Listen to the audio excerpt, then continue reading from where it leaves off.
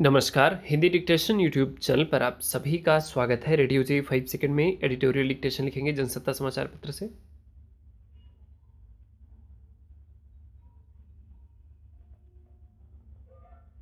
दिल्ली सरकार में अधिकारियों की तैनाती और तबादले को लेकर सर्वोच्च न्यायालय की संविधान पीठ का फैसला आया तो लगा कि अब केंद्र और दिल्ली सरकार के बीच टकराव की नौबत नहीं आएगी। संविधान पीठ ने कुछ को छोड़कर सभी विभागों के अधिकारियों के चयन और तबादले का अधिकार दिल्ली सरकार को दे दिया, मगर केंद्र सरकार को वह फैसला रास नहीं आया। शुक्रवार को उसने अध्यादेश जारी कर दिल्ली सरकार के अधिकारों का अधिग्रहण कर लिया। अधिकारियों की तैनाती और तबादले के लिए राष्ट्रीय राजधानी लोक सेवा प्राधिकरण का गठन कर दिया गया, जिसके अध्यक्ष दिल्ली के मुख्यमंत्री को और 2 अन्य सदस्यों के रूप में प्रधान सचिव और केंद्रीय गृह मंत्रालय के प्रधान सचिव को नामित कर दिया गया। नियम बनाया गया कि सदस्यों के बहुमत के आधार पर नियुक्तियों और तबादलों से संबंधित फैसले होंगे। जाहिर है, इस आयोग में भी केंद्र सरकार की शक्ति अधिक रखी गई है, यानी केंद्र सरकार जिसे चाहेगी वही अधिकारी दिल्ली सरकार में तैनात किया जा सकेगा। इसे लेकर स्वाभाविक ही विपक्ष और मुख्य रूप से आम आदमी पार्टी ने विरोध शुरू कर दिया है। दिल्ली सरकार इस अध्यादेश को अदालत में चुनौती देगी। मुख्यमंत्री अरविंद केजरीवाल आश्वस्त हैं कि यह अध्यादेश अदालत में एक दिन भी नहीं टिकेगा। यह बात किसी को भी गले नहीं उतर रही कि आखिर केंद्र सरकार क्यों इस जिद पर अड़ी है कि दिल्ली सरकार को एक चुनी हुई सरकार के अधिकार हासिल न होने पाए। वह उसकी सारी प्रशासनिक शक्तियां अपने हाथ में क्यों लेना चाहती है।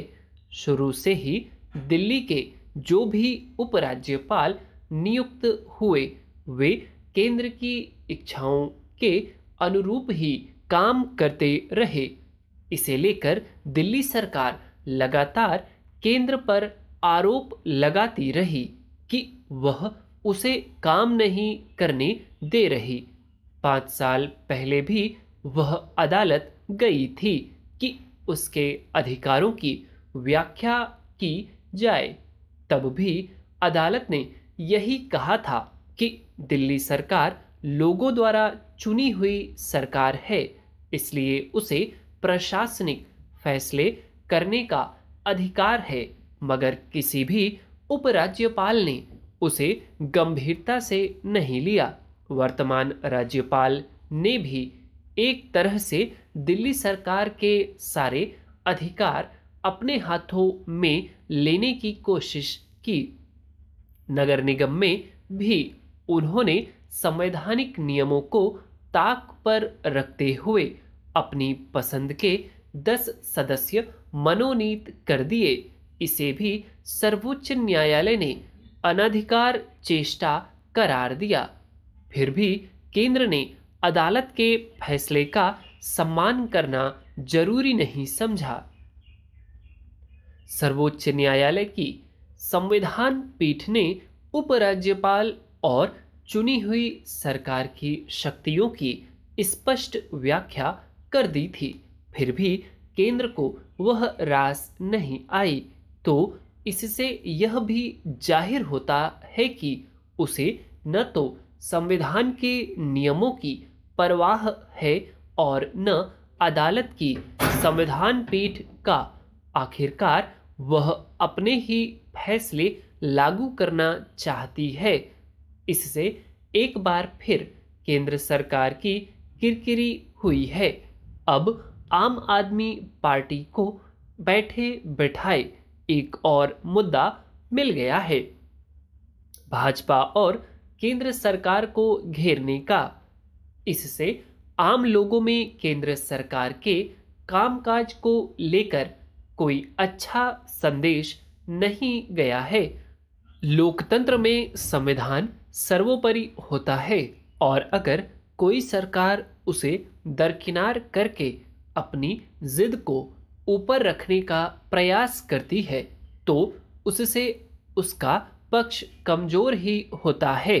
अगर केंद्र के इस अध्यादेश को अदालत ने निरस्त कर दिया तो फिर और किरकिरी होगी। That's all. मैं उम्मीद करता हूँ डिक्टेशन आपने बहुत अच्छे से लिखा होगा।